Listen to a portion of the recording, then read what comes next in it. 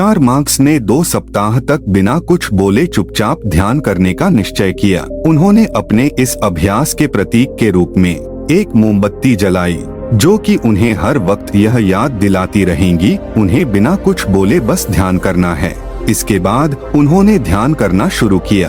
पहले दिन की रात होते होते मोमबत्ती टीम टीम आई और फिर बुझ गई। ये देखते ही पहले मोंक ने कहा, अरे नहीं, ये मोमबत्ती तो बुझ गई। दूसरे मोंक ने कहा, हमें बात नहीं करनी चाहिए, हमने कुछ भी ना बोलने की कसम खाई थी। तीसरे मौके ने कहा, तुम दोनों को बोलने की क्या जरूरत थी। चौथा और बोला, हाँ मैं अकेला हूँ जिसने बात नहीं की।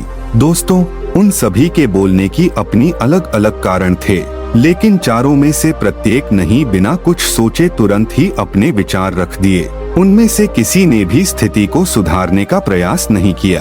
उसी आश्रम में उन चारों के अलावा एक बूढ़ा बुद्धिमान मोंक भी था। वह बिना कुछ बोले और उनकी तरफ ध्यान दिए बिना ही चुपचाप ध्यान करता रहा। इस तरह से उस बुद्धिमान मोंक ने बिना एक शब्द बोले उन चारों को ही उनकी गलती का एहसास करा दिया, जो कि वो चारों बोलकर भी नहीं कर पाए। बिना सोचे समझे और जरूरत से अधिक बोलने पर हमें खुद ही लोगों के सामने शर्मिंदा होना पड़ता है।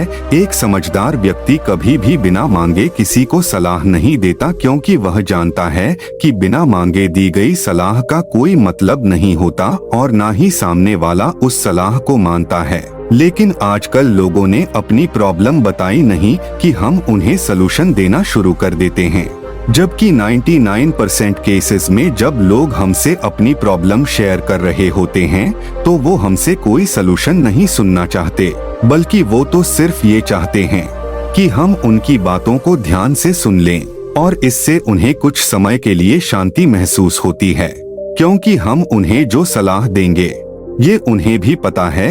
हर इंसान को पता होता है कि क्या सही है और क्या गलत है।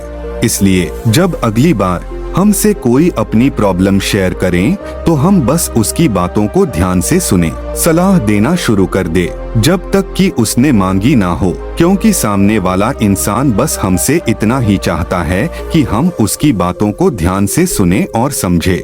ये बात तो आप लोगों ने भी सुनी होगी, हम जितना कम बोलते हैं उतनी ही समझदार होते जाते हैं, और इसका उल्टा भी उतना ही सही है। जो जितना बुद्धिमान होगा वह उतना ही कम बोलेगा।